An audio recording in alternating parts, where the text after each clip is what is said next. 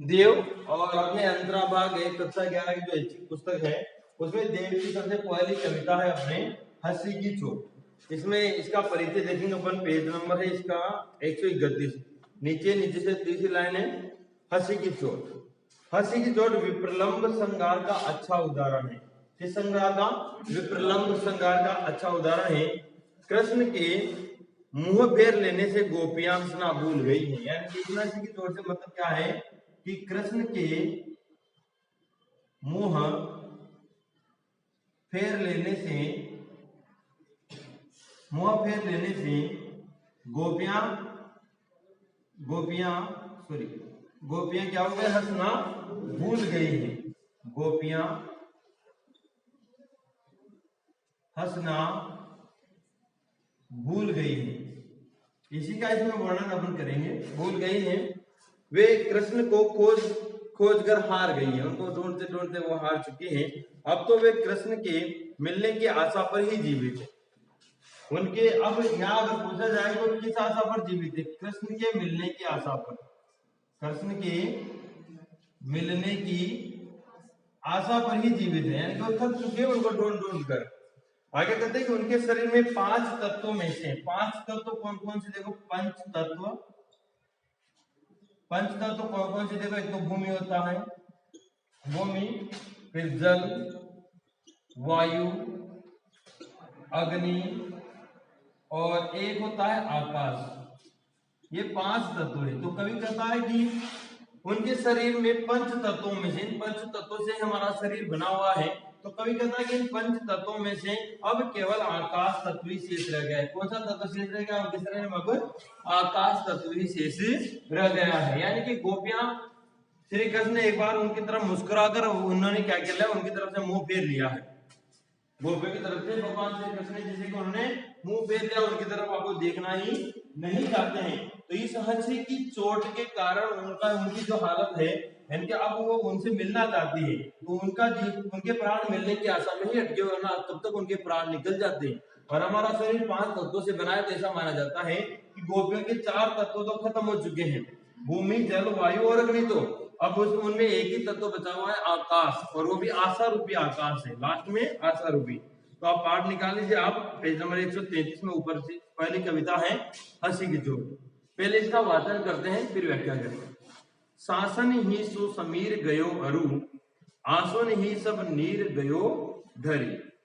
तेज गयो गुण ले अपनो, अरु भूमि गई तन की तनता करी। देव जिये मिले बेही की आस की, आसों पास आकाश रहो बरी। जा दिन ते मुख फेरी हरे हसी, हेर हियो जो लियो हरिजू हरि। अब इसमें इनका वर्णन है कि किस प्रकार गोपियों की क्या हालत है जब से कृष्ण ने उनकी तरफ से मुंह फेर लिया है। हंसी की चोट नाम ही इसे दिया है कि भगवान श्री कृष्ण की हंसी की चोट कहां तक पहुंची उनकी। तो पहला देखो आप, इनमें पहली लाइन है, शासन ही सो समीर गयो। शासन यानी कि सांसों में, समीर यानी हवा, आंसू यानी कि आंसू, और ही सब नीर गयो डरी। नीर यानी कि होता है पानी, और डरी यानी कि ढुलकना या बहना। अब देखिए इसकी व्याख्या करते हैं हम कि गोपियों को जब से श्री कृष्ण की चोट यानी कि उनकी तरफ मुस्कुराकर उन्होंने उनसे मुंह फेर लिया है, उसके बाद गोपियों की क्या दशा हो रही है, क्या हालत हो रही है, उसका वर्णन किया जा रहा है कि गोपियां शासन ही सो समीर गई, और उनकी जो सांसें हैं गोपियों की, सांसें लेते लेते, उनके इंतजार में सांसें लेते लेते समीर गयो अरु, यानी कि उनके शरीर से जो वायु तत्व है, समीर यानी वायु तत्व उनके शरीर से जैसे कि खत्म ही हो गया है। अब उनकी सांसें नहीं बची।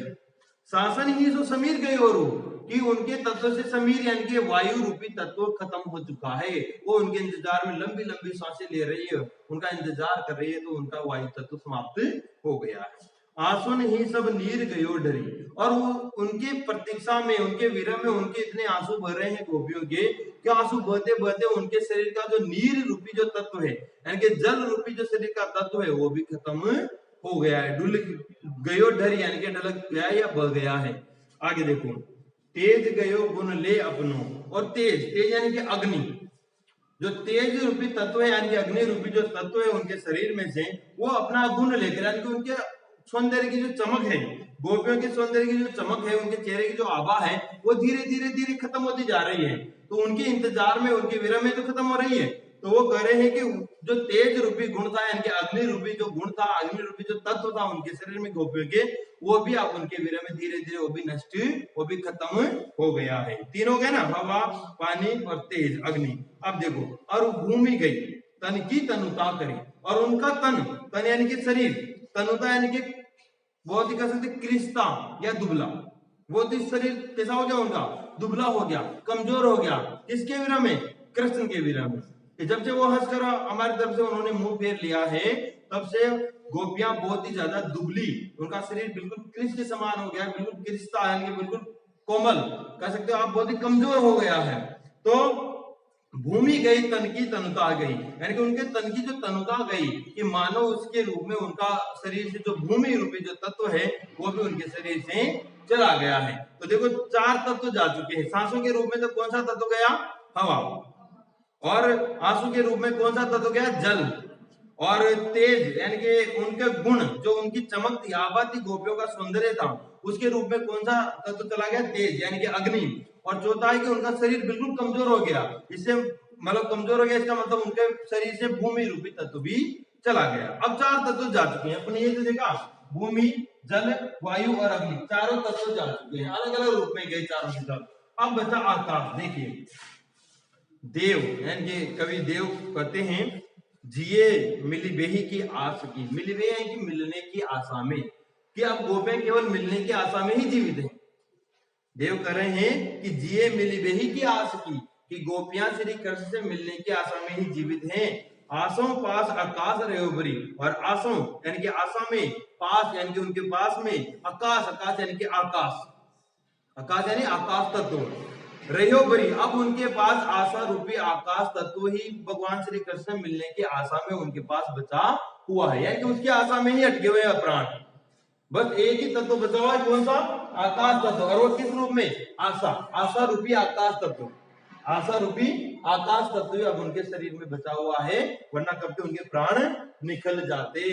फिर आगे कहते कि जा दिन के मुख फेरी हरे हसी, कि जिस दिन से भगवान या श्री कृष्ण ने हमारी तरफ हंसकर मुंह फेरा है, जब से मुंह फेर लिया है, हेरी यानी कि देखकर, ही यानी कि हृदय, जू लियो हरी, जू हरी, हमारी तरफ जब उन्होंने मुस्कान हमारी तरफ हंसी की थी, हमारी तरफ जब वो श्री कृष्ण मुस्कुराए थे, तो उन्होंने हमारा हेरी हियो जू लियो यानी कि हमारा हृदय, हमारा दिल तो उन्होंने ले लिया है, हमारा हृदय यानी कि हमारा दिल तो उन्होंने चुरा लिया है। जू हरी, जू हरी, हरी यानी कि हरने वाला, हरी यानी हरने वाला, कि हरने वाले भगवान श्री कृष्ण जो हरने वाले हैं, उन्होंने हमारी तरफ मुस्कुराकर हमारा हृदय, हमारा दिल तो उन्होंने चुरा लिया है, यानी कि ले लिया है, और हमारी तरफ से उन्होंने फिर दोबारा देखा भी नहीं, और हमारी तरफ से मुंह फेर लिया है, इसलिए वो विरह में बहुत व्याकुल है गोपियां। तो दोबारा देख लो, इसमें मेन चीज याद रखिए, पांच तत्व कौन कौन से? ये क्वेश्चन यही बन सकता है सेकंड ग्रेड में, कि भूमि तत्व मतलब तन, यानी कि उसका जो शरीर है ना, वो जैसे जैसे कमजोर हो गया, यानी कि भूमि तत्व हो गया। जल यानी कि उसकी आंखों से आंसू इतने बहे कि जल रूपी तत्व खत्म हो गया। विरह में इतनी लंबी लंबी सांसें ली कि उसका सांसें खत्म हो गई, यानी कि वायु तत्व खत्म हो गया। अग्नि, तेज, शरीर की चमक किससे होती है? तेज से होती है, प्रकाश से होती है। तो उनके शरीर का जो तेज है, जो चमक है, वो आभा खत्म हो गई, चमक, आभा, सौंदर्य खत्म हो गया, इसका मतलब अग्नि तत्व चला गया। और आकाश आशा रूपी तत्व है, ये लास्ट वाला आशा रूपी तत्व, इसी आशा में उनके प्राण अटके हुए हैं। तो ये पहला हुआ अपने हंसी की चोट। अब आगे देखिए, आप मिटा दें इसको। अब इधर लेंगे अपन दूसरा सपना। दूसरा कवित्व सवैया, क्या है इनका? सभी थे कविया, इधर दे रखा हूं सवैया, कवित्व सवैया है ना। अब दूसरा है इनका सपना। अब देखिए, इसकी पहले अपन परिचय पढ़ लेते हैं। इधर देखो, पाठ में आ जाओ, पुस्तक में अपने 131 में, 32 में, हाँ 132 में देखो, इसमें क्या है कि सपना में कृष्ण स्वप्न में गोपी को अपने साथ झूला झूलने चलने को कहते हैं। सपने में एक गोपी से कह रहे हैं कृष्ण कि चलो मेरे साथ झूला झूलने चलो। तभी गोपी की नींद टूट जाती है और उसका स्वप्न खंडित हो जाता है। इसमें संयोग और वियोग का मार्मिक चित्रण है। यानी कि कृष्ण क्या कर रहे हैं, कृष्ण सपने में गोपी से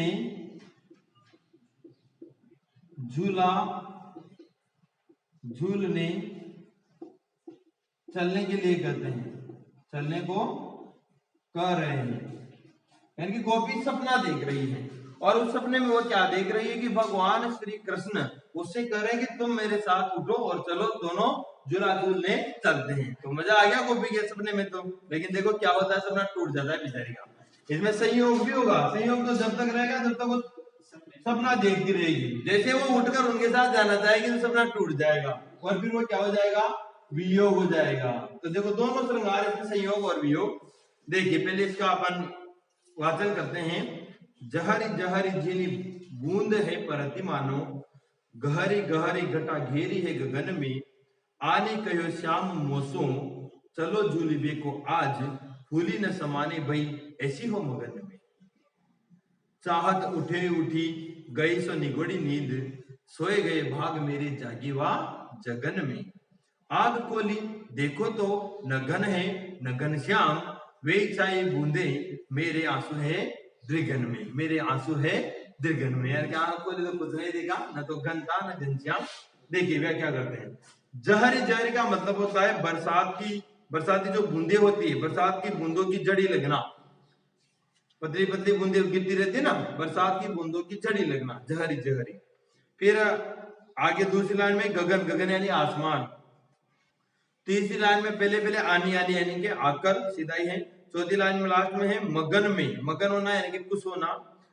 फिर अगली लाइन में चाहत उठे उठी निगोड़ी, निगोड़ी यानी कि निर्दयी, निगोड़ी यानी निर्दयी। फिर सोए गए जगन में यानी कि जगने में। और इसमें घनश्याम, घन का मतलब बादल, घनश्याम का मतलब कृष्ण। और लास्ट में है फे यानी है, और दीर्घन में यानी कि आंखों में। पहले लिख लिया करो आप शब्द, तो ठीक है। आप देखो व्याख्या करते हैं। तो जहरी जहरी झिनी बूंदी है परति मानो, गहरी गहरी घटा घेरी है गगन में। यानी कि एक गोपी है, वो सपना देख रही है, सो रही है, वो सपना देख रही है। सपने में क्या देख रही है कि जहरी जहरी झीनी बूंदी परत है मानो, कि मानो उस सपने में बरसात की बूंदों की झड़ी लगी हुई है, जहरी जहरी और झीनी बूंद। और वो बूंदे कैसी, झीनी, बिल्कुल पतली पतली। वो एक झीनी का मतलब पतला होता है, एक गाना भी होता ना, झीणी झीणी लोगड़ी, है ना, अभी चल रहा है राजस्थान में। तो झीनी का मतलब पतली पतली, है ना। तो पतली पतली बूंदे बारिश की गिर रही है, पड़ती है, गिर रही है, मानो गहरी गहरी घटा घेरी है गगन में। गगन मतलब आसमान, और आसमान में गहरी गहरी, बहुत गहरी गहरी गंभीर घटाएं आकाश में घेर रही है। यानी कि चारों तरफ बड़े बड़े वो बादल घूम रहे हैं। घटा, घटा बादलों की घटा चारों तरफ आसमान में फैली हुई है, गहरी गहरी यानी कि घनी घनी। अब ये ऐसा मौसम हो रहा है और गोपी सपना देख रही। अब उस सपने में क्या होता है, कृष्ण आते हैं। देखो, आनी कहो श्याम मोसो चलो झूलिबे को आज। आनी कहो यानी कि आकर कहा, श्याम मोसो, श्याम ने मुझसे, चलो झूलिबे को आज, के चलो आज झूला झूलने चलते हैं, बढ़िया मौसम हो रहा है, बढ़िया बारिश हो रही है, झीनी झीनी बढ़िया। अब देखो ऐसा कहते हैं गोपी का क्या हाल है, फूली न समानी, फूला न समाना यानी कि बहुत ज्यादा प्रसन्न होना, वो फूली न समाई भाई ऐसी हो मगन में, यानी कि वो मगन हो गई खुशी के मारे, वो अपने मन में फूली न समाई कि कितने अच्छी बात है कि कुछ कृष्ण मुझसे आगर करें कि चलो झूला झूल ले। तो वरना गोपियां को तो नंबर ही ना हो, तो एक बाद एक बाप नरी सारी गोपियां जी। आगे देखो, चाहत उठे उठी गई सो निगोड़ी नी, सोए गए भाग मरे जागी वा जगन में। फिर क्या हुआ कि चाहत उठे उठी, अब वो उठना चाह रही है। अब सपने में बुलाया ना, तो सपने में उठकर जाना, अब सपने में कैसे जाएगी, तो खुद ही उठेगी ना।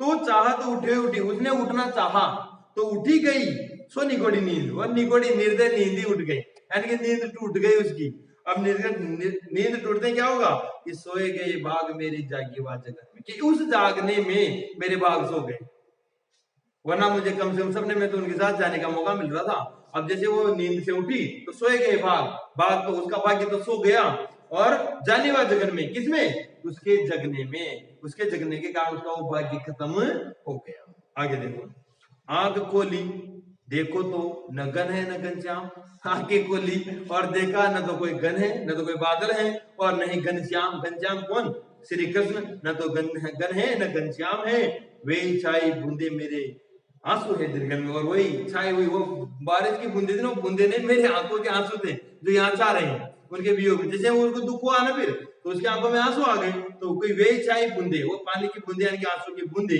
वो बारिश में पड़ रही थी ना, वो बारिश के नहीं मेरी आंखों की बूंदे, वो आंसू है दिलगन में और मेरी आंखों में वही आंसू आ रहे हैं, वही आंसू छा रहे हैं। अब आ जाइए नंबर 3 दरबार। सपना के बाद नंबर 3 है इनका दरबार, कवि सवैया में दरबार।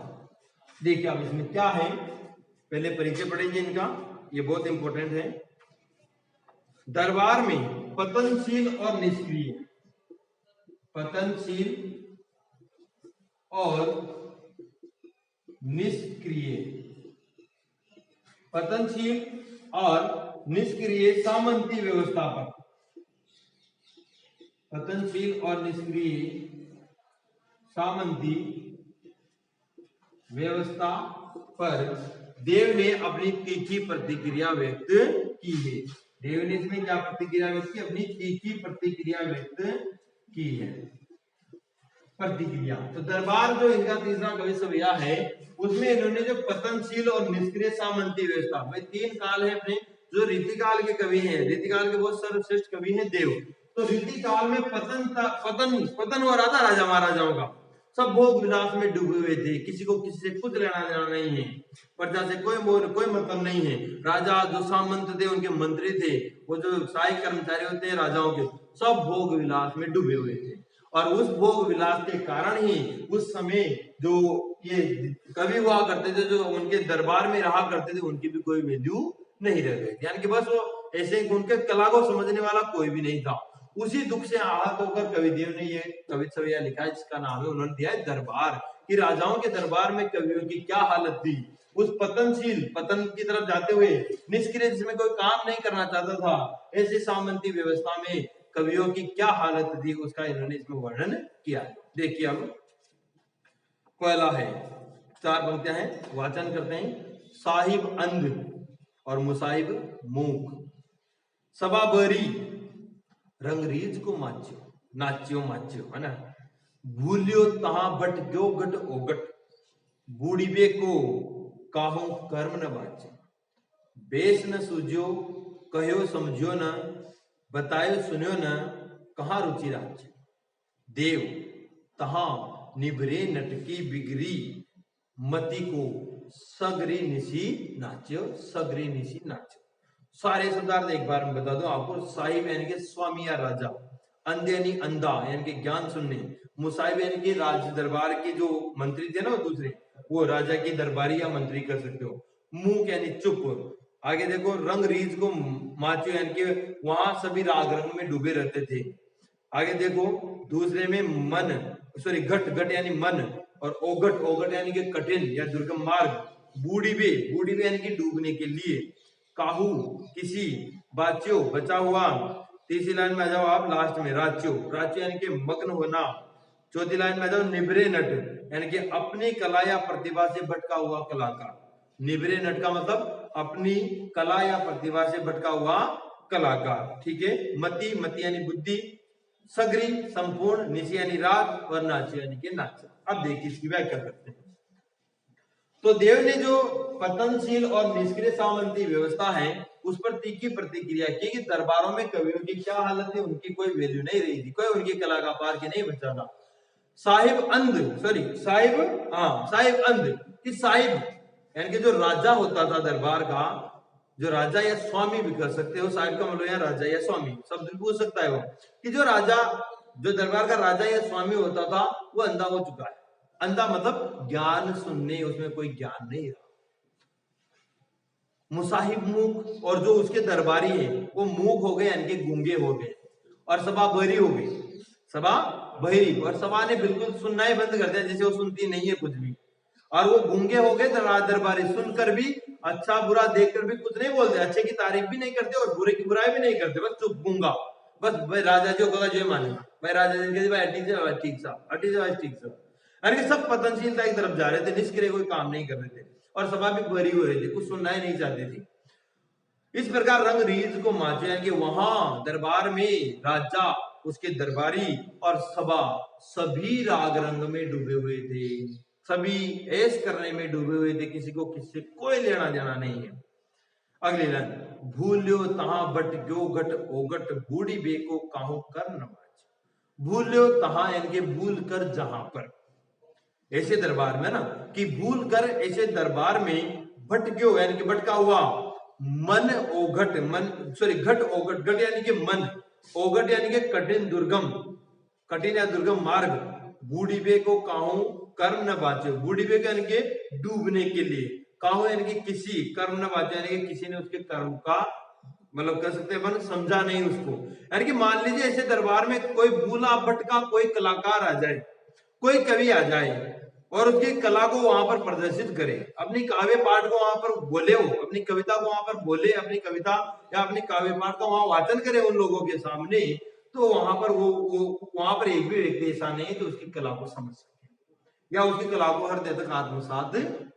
भूला भटका कोई ना कोई आ ही जाए मान लो कवि तो उसकी वहां पर कोई वैल्यू नहीं है, क्योंकि राजा अंधा हो चुका है, दरबारी गूंगे हो चुके हैं और सभा बहरी हो चुकी है। जहां अंधार गुंगार बहरा मिल जाए, अंधार गुंगार बहरा, तो फिर वहां क्या मतलब है उस कलाकार का, यानी कि उसकी कला की वहां पर कोई वैल्यू नहीं है। तो भूलियो तहां भटक्यो घट ओघट की मानो, मन से दुर्गम कठिन मार्ग से कोई भूला भटका कभी वहां पर आ जाता है, बूढ़ी पे को यानी कि अब उसकी कला आ जाता है तो बूढ़ी पे को कहूं कि कर्म न बाचे, यानी कि उसकी कला में डूबने के लिए किसी के पास भी अच्छी बुद्धि नहीं है, ऐसा कर्म नहीं है जो उसकी कला को सुने और उसका अच्छा वर्णन या कहे कि तुम कितना अच्छा गा रहे हो या तुम कितना अच्छा बता रहे हो या अच्छी बातें बता रहे हो, ऐसी बातों को सुनने का टाइम किसी के पास नहीं है। बेस न सूझो कहो समझियो न, बतायो सुनियो न, कहा रुचि राज्य। फिर आगे कहता है मान लो कभी वहां पर दरबार में कोई काव्य पाठ करता है, कवियों की बहुत बुरी हालत थी उस समय, तो कहता है कि बेस न सूझो, उसका वेश किसी को पहचान में नहीं आया, कहियो समझो न, और किसी ने उसको समझा भी नहीं, उसने जो बोला जो अच्छी बातें बताया उसको किसी ने समझा भी नहीं, बतायो सुनियो ना तो किसी ने उसको बताया न किसी ने उसको सुना। कहा रुचि राज्यो, और उसमें कोई रुचि राज्यो, राज्य यानी कि मग्न, उसमें कोई मग्न भी नहीं हुआ, उसमें मग्न होकर किसी ने उसके पाठ को सुना भी नहीं है।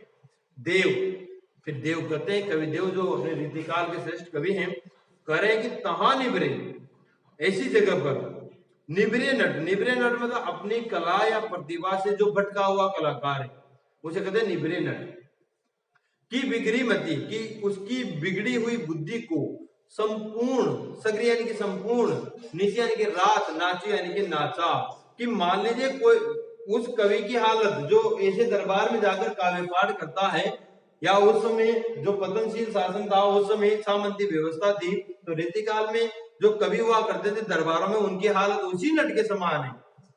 किस नट के समान है? निबरे नट के समान, कि अपनी कला या प्रतिभा से भटका हुआ जो कलाकार होता है वो वहां पर बिगड़ी मती, अपनी बिगड़ी हुई बुद्धि से एक तरह से पूरी कोशिश करके सगरी निशी सारी रात भर नाचता है। कोई नट होता है ना, नट जाति नाचने का काम करती है, तो कोई नट बहुत अच्छा कलाकार है लेकिन वो सारी रात भर नाचा, अपनी सारी कलाओं का उसने प्रदर्शन किया, लेकिन फिर भी उसके सुबह किसी ने भी तारीफ नहीं की, भाई तूने कितना अच्छा कला का प्रदर्शन किया। तो ये दरबार में कवियों की स्थिति भी उस बिगड़े नट के समान ही हो गई। हम यहाँ बहुत अच्छी कला का प्रदर्शन करते हैं लेकिन यहाँ पर हमारे कला का कोई गुणगान करने वाला नहीं है, सब अपनी रंग रेलियों में मस्त है। राजा अंधा हो गया है, मुसाहिब यानी कि उसके राज दरबारी गूंगे हो गए, मूक हो गए, और जनता भी क्या हो गई, बहरी हो गई है। हाँ, जनता भी बहरी हो गई है, इसलिए यहाँ पर सब रंग रेलियों में डूबे हुए हैं, किसी को कोई लेना देना नहीं है, काव्य कला का कोई पार्क यहाँ पर नहीं है। ये लोग तीनों हो गए अपने